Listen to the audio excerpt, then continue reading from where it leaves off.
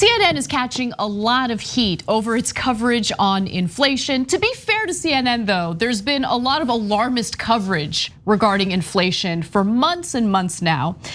This all started with a tweet from a CNN anchor, and she writes about the Stotler family that they're spending a lot of money on milk because of inflation. A gallon of milk was just $1.99. Now it's $2.79. When you buy 12 gallons a week, times 4 weeks, that's a lot of money. Now 12 gallons a week sounds like a lot of milk, and a lot of people read that and were like, what? This does not apply to me, who buys that much milk? But then you watch the video and you get a sense of what this story is about. They should have probably interviewed an ordinary family, but they decided to interview the Stotler family. Let's go to the first clip. What does inflation mean for American families? This is the story of the Stotlers' weekly shop. Good to see you guys. Good to see you. We have 2 biological kids, and then my wife and I have a big heart for adoption, so we adopted a sibling group of 2, then 3, then 1, and then we have a kid living with us right now who's kind of in a foster situation. It feels like money isn't going as far as it used to. They've got a lot of kids. No, look, I'm just saying, when you do have a lot of kids, even a little bit of inflation, especially when it comes to grocery products, hurts. And so I'm not trying to minimize that, right?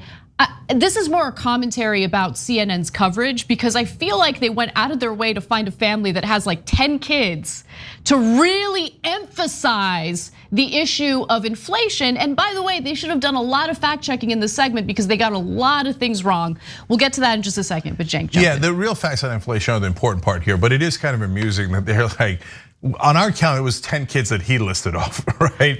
And he's like, well, look, man, we've got 48 kids, and all of a sudden it's hard to afford things. I could probably figure out why, but I don't want you to misunderstand us. They seem like lovely people. Yeah, Look at all, it's a great family, and they used to get by even with the 10 kids. And so inflation is real, but let's tell you the real reasons why. Exactly, like the only point I'm making, I love this family, they're a lovely couple and they're doing wonderful things. I'm just saying this is not an ordinary family. This is a family it's a giant family. Okay? That loves milk. That loves milk, okay. Now let's get to the parts that absolutely need to be fact checked. So, they get into this issue of milk in a little more detail in the segment, right? So let's hear the prices that they used to pay and the prices that they're paying now. All right, now we're moving on to dairy, which is right there. We started seeing everything going up. Grocery prices went up, gallon of milk was $1.99, now it's $2.79. Well, when you buy 12 gallons a week, times 4 weeks, that's a lot of money. That's what I'm talking about. Thanks, brother. Again, this is what they buy every week. That's crazy. It's a lot of eggs. Okay, anyway, all right. So this is where I think the fact checking needed to come in, because I can tell you that milk has not been $1.99 a gallon for a long time, right? So I don't know where she got that number from, but the USDA does post prices, so you can kind of keep track of how much inflation has actually impacted the cost of milk. So let's take a look at this tweet, because I think this person, Dan Nguyen, did a great job in kind of illustrating what I'm trying to say here. Did Kroger regularly sell milk for $1.99 a gallon? According to USDA, the average in Dallas was $2.86 back in January, and now it's $3.22, a 15% increase. The nationwide average went from $3.57 to $3.60. So those numbers matter, because it's important to not spread this alarmist narrative about inflation, because people start to panic, right? And also it helps to do the GOP's bidding, because the GOP has really latched on to this issue of inflation as a political fight against Democrats.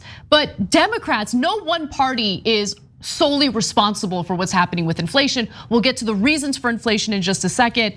But I do also want to just quickly note that later in the story, the family claimed that they went from spending $150 a week on groceries to about $310 a week on groceries. And that is a lot of, that's significant inflation, but that does not actually play out when you look at inflation in the data. Okay, so I want to just quickly give that to you. So just real quick, guys, In media, there's narratives, and they talk about it. I've submitted op-eds, and they said that doesn't fit our narrative. I know because I wrote it. You didn't write it. So what that tells you is there's a preset message they want to deliver. They want to deliver the message about inflation, and almost every narrative is driven by corporate interests. And so in this case, they want you to talk about inflation because they don't want you to pass those large Democratic bills that actually help the American voters and might raise their taxes. So that's why you're seeing corporate media talk about inflation nonstop. And does inflation actually exist in some places? Yes, it does. Okay, but if you notice there, I thought the most relevant stat by far is the nationwide average. So not randomly cherry picking one city or another. The nationwide average in that case went from 357 to 360. That's a 3-cent increase. That's very, very, very small. You wouldn't even do a story about that. So you have to wonder why everybody is doing stories about this like it's a national crisis. And I'm gonna show you how the media's coverage on inflation, which is really heated up in recent weeks, has had an impact on the public's perception of inflation. But before I do that, I do wanna just quickly note, inflation has hit the economy in very specific sectors. So it's not something that we're seeing across the economy, but we are seeing it when it comes to things like automobiles because of supply chain issues. We're also seeing it in groceries. For instance, grocery prices were 1.2% more expensive in September than in August, continuing an expensive trend. Over the past year, food is 4.6% more expensive. Again, this has to do with supply chain issues. It also has to do with labor shortages. It's all related to coronavirus and of course some of these labor strikes that have been taking place, and also the so-called Great Resignation, where people are starting to reprioritize their lives. They're trying to start new careers, and that's gonna have an impact on the prices of some products. Now, with that said though, according to what the family claims, the inflation that they're personally experiencing is somewhere between 55% to 100%. Obviously that's inaccurate, and CNN should have fact-checked that instead of just giving the audience this perception that inflation is actually that high. Now, what about the public's perception of inflation? Because I think that's also super interesting. So Seth Ackerman and Jacobin wrote about Gallup's coverage of this. They've been polling Americans about their perception on inflation, and seems like for months, most Americans, despite the small amount of inflation they experienced, didn't really see it as a top concern. According to Gallup's most important problem page, the share of respondents who felt that high cost of living / inflation was the country's most important problem was as follows: only 1% in July, then 2% in August, and then it dipped again to 1% in September. However, remember how I said that they really started to heat up their coverage on inflation in the media? Well, it seems like that's had an impact. The share of Gallup respondents citing inflation as the country's most important problem in October has jumped to 5%. But that's still nothing compared to when we actually did have hyperinflation in this country in the 1970s. Inflation was the #1 concern of Americans for the whole of the year 1973, and then again in 1974, and again in 1975, and every year through 1981. Taking an average of all the Gallup polls over the course of that entire 9-year period, inflation was cited as the #1 concern of not 5%, but 44% of respondents. You know why? Because there was actually hyperinflation during that time. 100%. And guys, where's the inflation coming from? Yes, there's supply chain problems. That's a huge part of it. And so, but when you turn on the media, it makes it sound like, oh, the Democrats are in charge and they're passing so many bills. But wait a minute, they actually haven't passed the bills yet. They only passed one bill so far. That was COVID relief. And so wait, did you not want them to pass COVID relief? And is it even that bill that drove a small part of small inflation?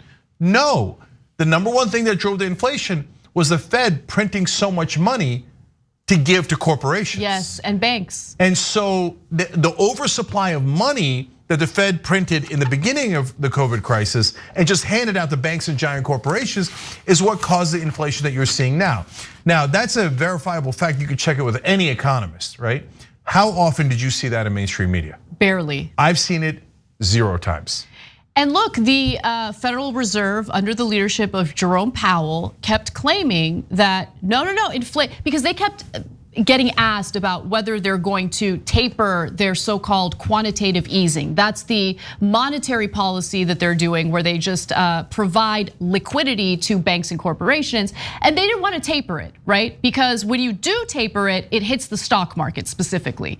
And they're like, no, this is just transitory, it's transitory, it's transitory, it's transitory. The inflation is transitory when it comes to certain sectors, right? When it comes to sectors that were harmed by the supply chain issue or by the labor shortage, but the housing crisis, that is not transitory because it's that cheap money provided by the Federal Reserve that poured into housing in the form of investments from banks and private equity firms that artificially drove up the prices of these homes, essentially pricing middle-class families out of the market. And that's not transitory. Yeah, and I want to be just more accurate with you guys. When I say I saw 0 times, it's not exactly right. I mean on cable news. In print, you will see it in some percentage of the articles in the 9th or 17th paragraph. This should really be the headline because that's what's driving whatever inflation actually exists. But it's buried in this news. They admit it. They say, oh yes, well also they printed trillions of dollars in money. And of course that leads to inflation. But on cable news, I've never seen them talk about that. Now imagine if they gave you the actual news and every day you turned on cable, CNN, MSNBC, et cetera, we're talking about the Fed should stop printing money. And why do they give trillions of dollars? Why do these bankers work for a living? Are they bums? Are they lazy? Why did they need all that extra money when they're the richest people on earth? How come you never hear that on cable news? Thanks for watching the Young Turks, really appreciate it. Another way to show support is through YouTube memberships. You'll get to interact with us more. There's live chat emojis, badges. You've got emojis of me, Anna, John, JR. So those are super fun. But you also get playback of our exclusive member-only shows and specials right after they air. So all of that, all you gotta do is click that join button right underneath the video. Thank you.